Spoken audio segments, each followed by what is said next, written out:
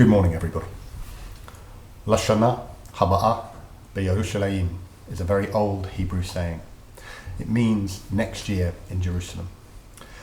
The phrase has a resonance for the Jewish people, and it is often sung at the end of the Passover Seder and at the end of the Nila service on Yom Kippur. These are two important dates in the Jewish calendar. During both, the Jewish people declare an aspiration.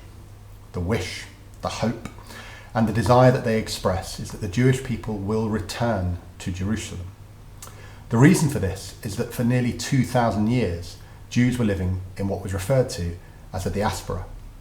This means that they were scattered across regions far away from their geographic place of origin. The Jewish people had lived in and around Jerusalem for thousands of years, and then for a very long time they were not allowed or were not able to live there. The phrase, next year in Jerusalem, was used by Jews across the world during the Middle Ages to remember the place that they viewed as their homeland. This assembly is about remembrance.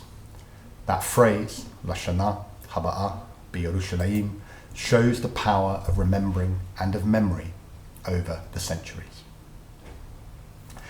The assemblies I give to the students of Prior Park College are aimed at 11 to 18-year-olds.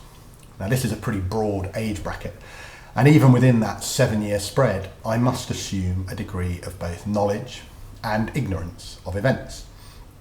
Those who've heard my assemblies before will know that I will often try and link current affairs to our college values, and will try and make a broader set of points and principles about how we might make the world a slightly better place. Whilst this assembly is about remembrance, it is one in which I am going to be talking about the Middle East and the conflict currently raging there. Now, I know that this is a sensitive topic which rouses strong emotions. I make no apology for talking to our students about it. Indeed, I think that only by talking about it might our students be able to understand some of the complex issues at play and not reduce them down to sound bites, which are unhelpful and often make the situation worse. I'm sure that the recent events in the Middle East will have shocked and saddened everybody in our college community. And I thought that it might be helpful if I were to give some context to them here. Last month, on October the 7th, Hamas launched an invasion into Israel. Hamas is the group which rules the Gaza Strip, a small piece of land about 25 miles long and 7.5 miles wide. This attack into neighbouring Israel led to the deaths of around 1,400 Israelis, most of these people being Israeli civilians. They also took over 200 Israeli hostages back into Gaza, including 33 children and babies. Hamas is designated as a terrorist group by the UK government, the EU and the USA. What Hamas did on October the 7th was commit a series of terrorist acts. Some of the stories that have emerged from Israel as to what they did on that day were truly shocking, and I shan't share them here. They've tortured and they've murdered innocent people. They've kidnapped civilians, and they've taken pride in doing these things, sharing footage of some of their actions on social media. This should come as no surprise. Since its foundation in 1988, Hamas has called for violence against Jews, and it has espoused anti-Semitism. They hate Israel and they hate Jews more broadly. Now, in response to the recent attacks, the Israeli government has launched a series of assaults against Hamas. And these started with airstrikes into Gaza and have been followed up by internal displacement of much of the population and a ground invasion of Gaza itself. Now, there are over 2 million people living in Gaza, which means it is one of the most densely populated areas in the world. The simple truth is that it is impossible to attack Hamas, the terrorist group who govern Gaza, without innocent Gazan Palestinian people being killed. It's a dreadful situation. Hamas have deliberately targeted innocent Israelis, and Israel are attacking densely populated areas and killing thousands of innocent Palestinians as they try to defeat Hamas. Memory sits at the very heart of the conflict between Palestinians and Israelis. Remember that phrase, next year in Jerusalem, was uttered every year for centuries as the Jewish people hoped for a return to their homeland. The problem with this hope is that their ancestral homeland had been lived in for centuries by Arabs. When the modern state of Israel was founded in this territory in 1948, it led to war and a refugee crisis. Over 700,000 Palestinian Arabs were expelled or fled from their territory that they and their ancestors had lived in for decades and centuries. The current residents of Gaza are mostly descended from these refugees. The foundation of the State of Israel is celebrated every year in Israel as Independence Day. It gave the Jewish people a homeland and allowed them to absorb millions of Jews who had survived the Holocaust or who left their homes in Muslim countries over the following years. In Palestinian homes, though, they do not celebrate the foundation of Israel. Instead, they remember the day after that foundation. In the collective memory of the Palestinian people, this day is known as Nakba Day. Nakba is Arabic for the catastrophe. This is what Palestinians call the foundation of Israel. For them, it is when they, their parents and their grandparents became refugees. They retain this refugee status today. The majority of Palestinians living in Gaza have the status of refugees. There are 8 refugee camps within Gaza today, 75 years after the Nakba. The catastrophe for the Palestinians, though, isn't a one-off event. It isn't something that happened once, 75 years ago. It's something that is still happening today. Most Gazans are still refugees. The famous Palestinian poet Mahmoud Darwish wrote about the Nakba and said that the Palestinians had been subjected to attempts to turn them into redundant shadows, exiled from space and time, and that, for the Palestinians, the spirit of the homeland remains alive inside them.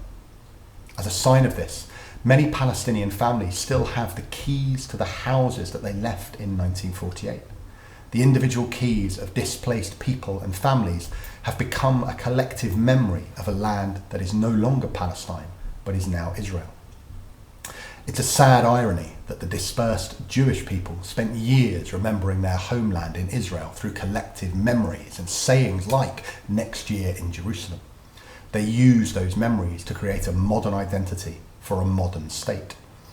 The result of the creation of Israel for those Palestinian people is a new set of national symbols, national pain, and national history.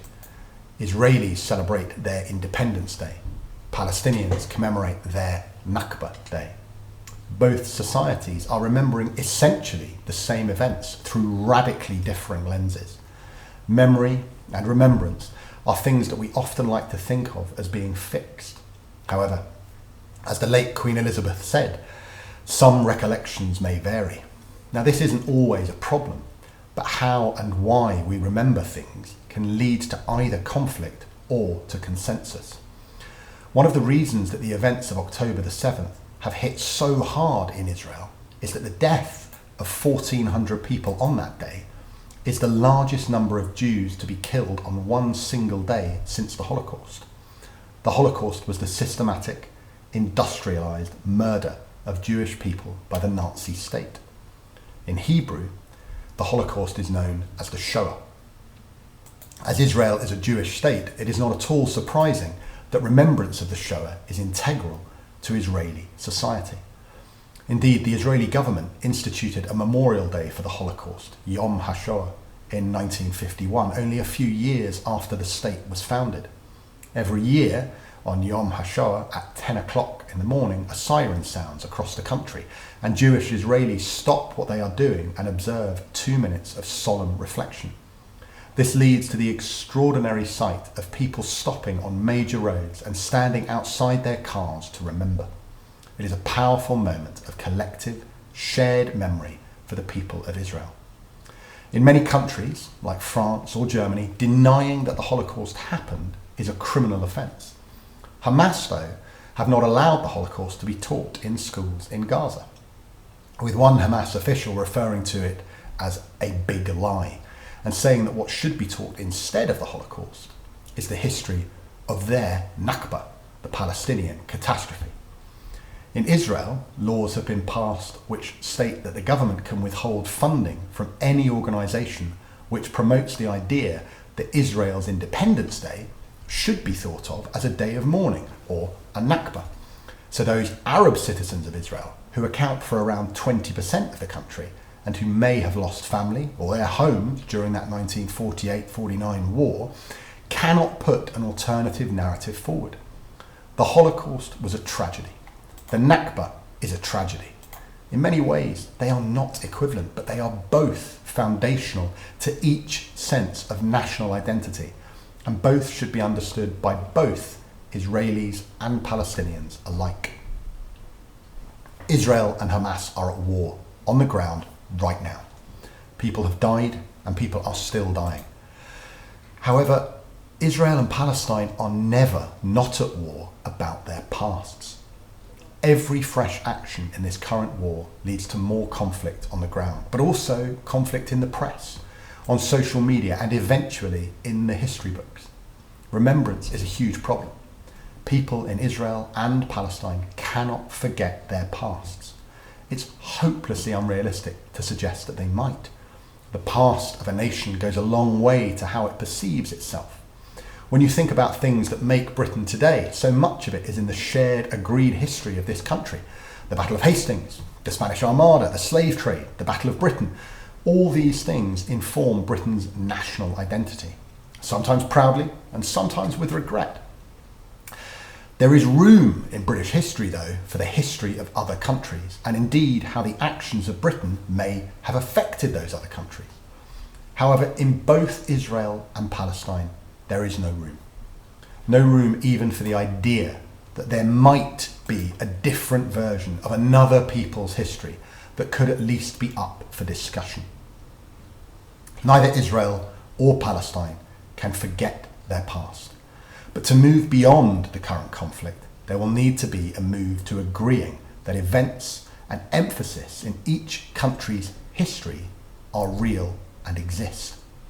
Countries which have successfully come through conflicts still have tensions around reconciling their histories. However, they tend not to dispute the fundamental building blocks of their opponent's identity. Education, as ever, is the answer. Both narratives, both histories, must be taught in Israeli schools and Palestinian schools. Only by the next generation of Palestinians and Israelis learning about the people on the other side of a fence, a wall, or a border can they stop seeing them as an other to be demonized, feared, or hated. It allows them to stop protecting and reliving their pasts, and instead allows them to focus on a future where both might live alongside each other. When thinking on this, admittedly far off hope, I was drawn to the work of Marzouk el-Halabi. Now, he's an Israeli Arab writer, and a couple of years ago he wrote a wonderful and very long poem about the way forward. I shan't read the whole thing here, but I thought that the last few stanzas might be useful in exploring what small hope there might be for the future of this troubled region. Envisioning a future offers protection from a cruel past, from pessimism, and stops you from falling into a pit with your enemy. Maybe you can't get back an orange grove paved in concrete, but bargain with them over the books they confiscated so that life can continue. The broader the vision, the more ways out of the confines of the moment. History must remain free to include a third narrative. Now we will finish today's assembly with a prayer. Lord, our Father, let us pray for the many people whose lives have been torn apart by conflict in Gaza and Israel. We remember especially those who have died, those who are grieving, those taken prisoner, the injured, and those without food, shelter, or medical supplies. We pray also for those who have the power to bring peace. May they be opening open to beginning to try to understand those who they fight. May they have the courage to move beyond their own narrow view of their pasts and presents. May they have the curiosity to explore the world of the others that they currently do not know. May they have the generosity to give those stories credence and understand that other pasts and presents are true for their neighbours, if still difficult to hear for themselves. Lord, hear us. I hope that you all have a wonderful weekend. Thank you.